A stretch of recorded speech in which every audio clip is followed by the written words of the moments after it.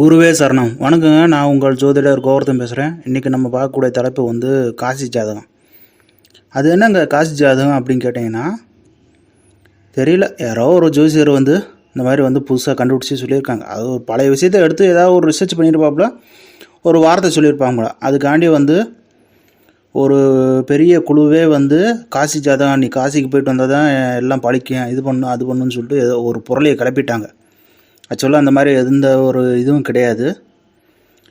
இப்போ காசி ஜாதகம்னு என்னத்தை சொல்ல வராங்கன்னா, லக்கணத்தில் வந்து திரிகோணத்தில் 1 5 9, அதுக்கப்புறம் வந்து கேந்திரம் 1 4 7 10, அதுக்கப்புறம் மறைவு ஸ்தானம் 3 6 10 11, அதுக்கப்புறம் 4 8 12. இந்த ஸ்தானத்தில் வந்து சனி இருந்தாங்கன்னா அந்த ஜாதகம் வந்து காசி ஜாதகம். அப்போ சனி எப்படி இருந்தாலும் எல்லா இடத்துலையும் வந்துடுவாப்புல, சனி பகவான் வந்து எல்லா இடத்துலையும் வந்துடுவாப்புல. அப்போ காசி ஜாதகம் தான். ஆக்சுவலாக வந்து என்னென்னா, மூல இதில் வந்து என்ன சொல்லியிருக்காங்கன்னா, அவங்க ஆய்வு பண்ண இதில் வந்து என்ன சொல்லியிருக்காங்கன்னா, ஒரு சில பரிகாரமும் ஒரு சில சாஸ்திர அந்த ஒரு இதை வந்து பண்ணுற மாதிரி வரும் ஒரு சில நபர்களுக்கு. அது வயதான காலத்தில் மட்டும்தான் அது பண்ண முடியும். அப்போ வந்து என்னென்னா, இவங்க வந்து காசிக்கு போயிட்டு வந்து அந்த யாகத்தையோ இல்லை அந்த பரிகாரத்தையோ பண்ணான்னா அவங்களுக்கு பழிக்கும். இதுதான் கான்செப்டு. அப்போ அதுக்காண்டியே வந்து என்னென்னா, காசிக்கு போயிட்டு வாங்க, அதுக்கப்புறம் பரிகாரம் பண்ணுங்க, அதுக்கப்புறம் வந்து இந்த இது பார்ப்போம் அப்படின்ற மாதிரி தான் சொல்லியிருந்தாங்க. குறிப்பாக வந்து வயதானவர்களுக்கு மட்டும்தான் அது சொன்னது.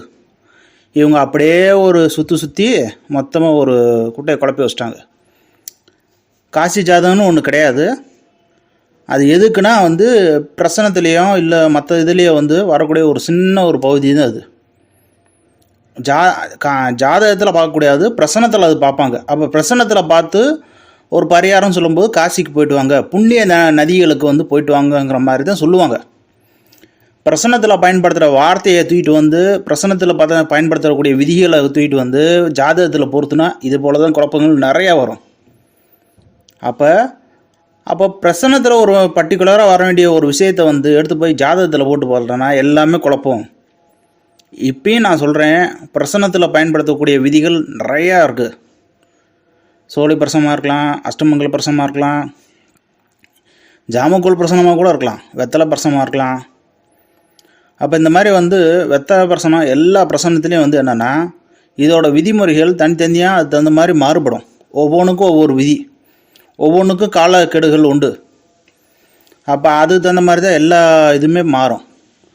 இப்போ வந்து உதாரணத்துக்கு வந்து பிறப்பு கால ஜாதகத்தில் வந்து மாந்தி வந்து வரும், மாந்தி பார்க்குறாங்க. ஆனால் பிறப்பு கால ஜாதகத்தில் இருக்கக்கூடிய மாந்தியோட அளவு அந்த இது வந்து வேறு, பிரசன்னத்தில் பார்க்கக்கூடிய மாந்தியோட இது வேறு. ஏன்னா பிறப்பு கால ஜாதகத்தில் வந்து மாந்தி வந்து அவ்வளோ ஃபோர்ஸாக ஒர்க் பண்ணாது. அப்போ வந்து அதை பற்றி கவலைப்பட தேவையில்லை. ஆனால் பிரசன்னத்தில் வந்து வரும்போது மாந்தியோட பங்கு ரொம்ப முக்கியம், அது உட்காரக்கூடிய டிகிரி கொண்டு. அப்போ காலையில் சூரிய உதயத்துக்கு அப்புறம் தான் வந்து மாந்தியை கனெக்ட் பண்ணி அதுக்கப்புறம் தான் பிரசனம் வந்து ஆரம்பிக்கணும். இதுதான் வழக்கம். சோழி பிரசனத்துலையும் சரி, அஷ்டமங்கல பிரசனத்துலையும் சரி, வெத்தலை பிரசனத்துலையும் சரி, இந்த இதில் வந்து மாந்தியோட பங்கு வந்து ரொம்ப அதிகம்.